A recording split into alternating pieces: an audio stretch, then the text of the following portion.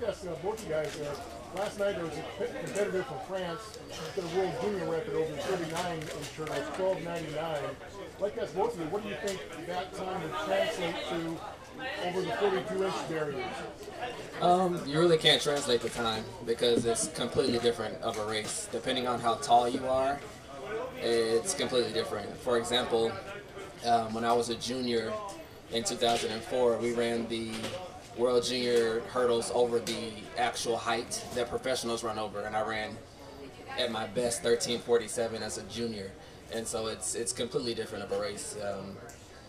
It's at least 0.5 of a second at best, in my opinion. Aries, speaking of that World Junior Championship, I gotta think that's one of your finest memories of the early part of your career. Can you recall some of your favorite memories of that World Junior title back 10 years ago? I was just confused. I didn't know what I was doing. I was just running. I was so young. I had no idea what was going on. Nowadays, I know that Devon Robles was also in that race, obviously, and Garfield, another French hurdler, was in that race as well, and they were just so young. We were all young in that race. It's just memories of, it shows me how far I've come over the years, just developmentally. You've seen the progression over the years.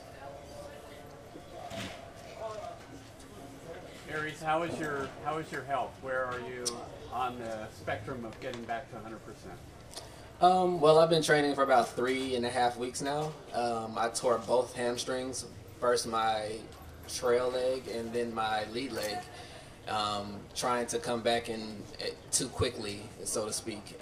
And so I've had to kind of take things incredibly slow and just ease my way back in. This being an off year for Americans, I'm not under any pressure to be ready for a major championship, so I'm kind of blessed that this happened this year as opposed to next year when there's the World Championships at stake.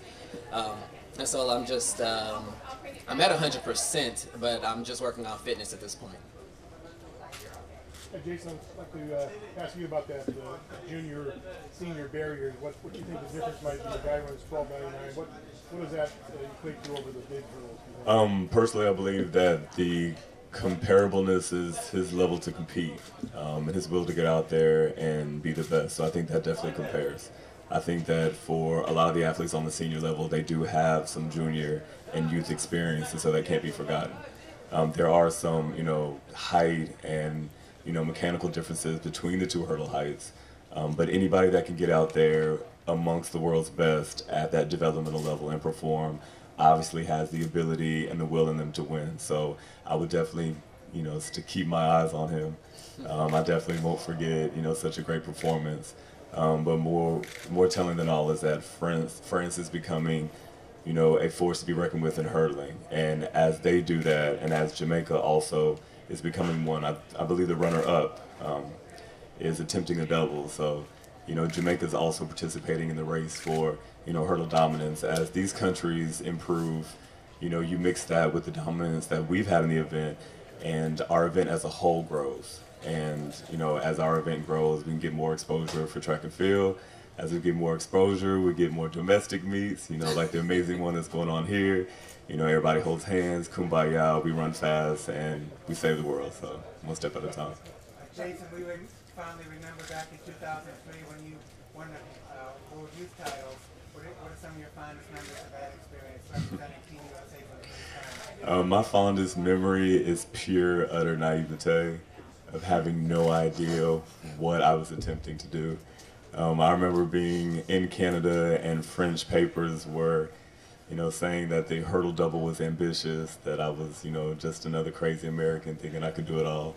But when you're young, that's the best asset you have. So I had no idea that, at a meet with Bull and a meet with Sally, that this little skinny kid with no hair at the time could go out there and try and make history. So one of the blessings that I've had is to have success earlier on and to remember that approaching track on the senior level with the same innocence that you had on the junior and youth level is one of the biggest assets. So I don't get so overwhelmed. I don't create the economics of the sport, the business, the sponsorship battles. I don't think about that. I just remember, when my knees were bony, they used to knock together when I used to wear excess size, bodysuit. that this is what the sport is made of, just the raw ability to compete and the joy of just getting out there and going for the goal. Can both of you guys address the meet tomorrow night and just the importance of getting more meets like this in the United States? We definitely need more meets in the United States. I think it goes without saying that you can't click refresh on any results at any Diamond League at any level without seeing an American. And so, I would love for us to have more exposure because, we comprise a large portion of the circuit and the performances. And I think the more meets that we have at this level and the more meets that are put on as professionally as this one will really raise the profile of track and field and let, those athletes at home that just see your basketball, just see your baseball and your football, let them know there's another viable option out there. It's for you to get out there and use your athleticism and your gift. And the best selling part to me about track is, when I turn 35, when I turn 40, when I turn 45, my health will be intact, my knees will still work, I won't give up the best years just to go out there and perform. So track is natural, it's innate, we all do it, and the better meets are put on and the better we all can perform, I think USA will be better off as a whole.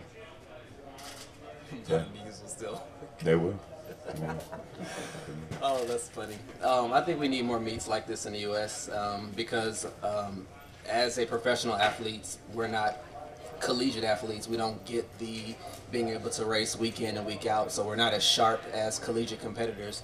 So especially this year, with it being a down year, you see a lot of the collegiate athletes running faster than the professionals, which is not surprising to us, but because there's no championship.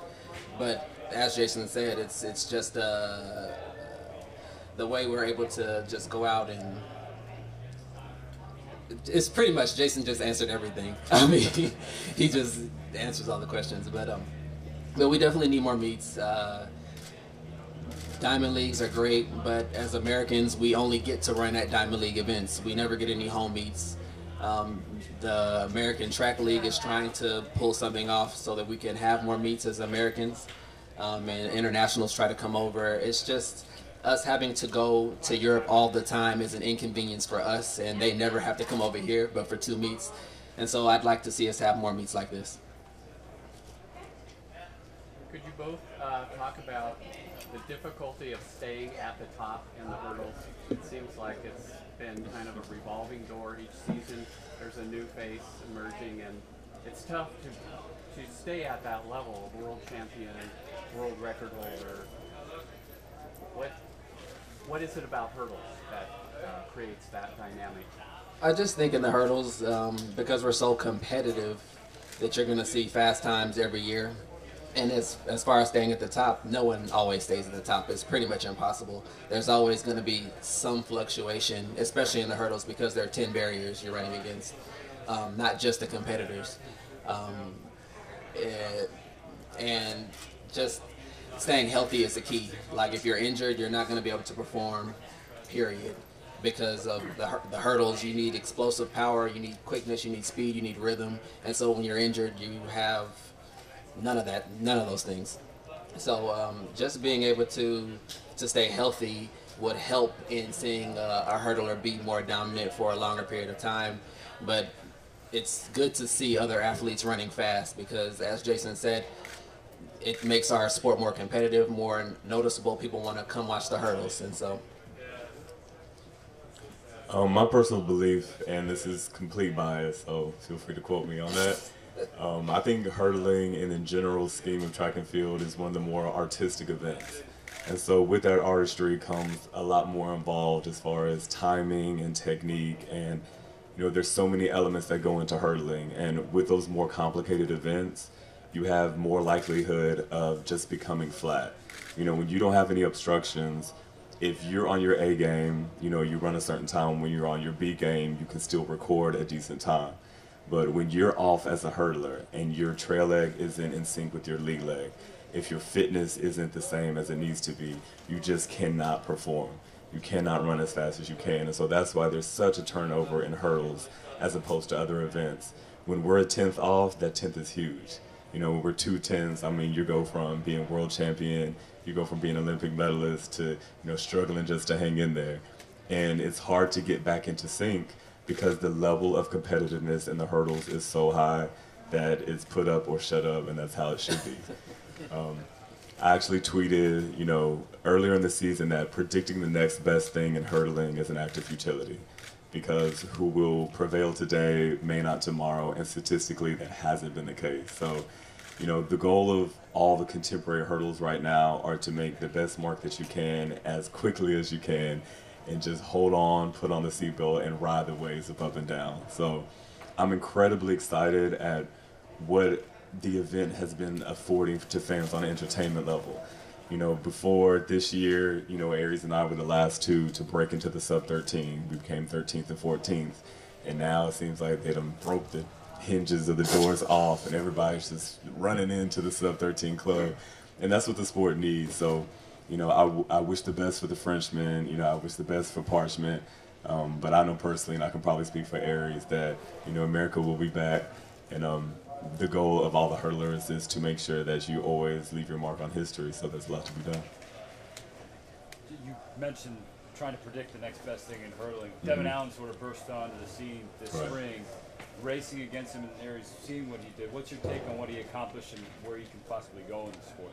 I definitely think Devon is an anomaly. I believe that at that developmental level, and the fact that, he was a freshman and not having the long experience that a lot of us have, just shows how much of a talent he really is. And unfortunately, our sport is often robbed of the best that we can provide, when you, throw the ball and put on the pads and do another, multi-million-dollar sport. So I personally would love if Devon stick to track. I believe that he has an amazing upside technically, and also his ability to go out there and stay in his lane and win also shows that. And if football robs him of such an amazing talent, then oh well. But I guess I won't complain about that either. But honestly, whomever comes out here and performs well and adds to the health of the sport, I'm in favor of. So if you have his number, text him. I said come back. Devon is an amazing athlete. He went out there and broke records. He competed with the best of the best, and he wasn't always the best. You see the development. I mean, in high school, he went 1350. I paid attention to this kid. He went 1350 in high school, then he comes to college and runs 1316. So that's phenomenal. For you to drop over the 42-inch barriers is incredibly difficult to do. Not many people can do it, especially being a freshman and being so young. But he's very competitive, he's very gifted, and of course we would love to see him in the sport.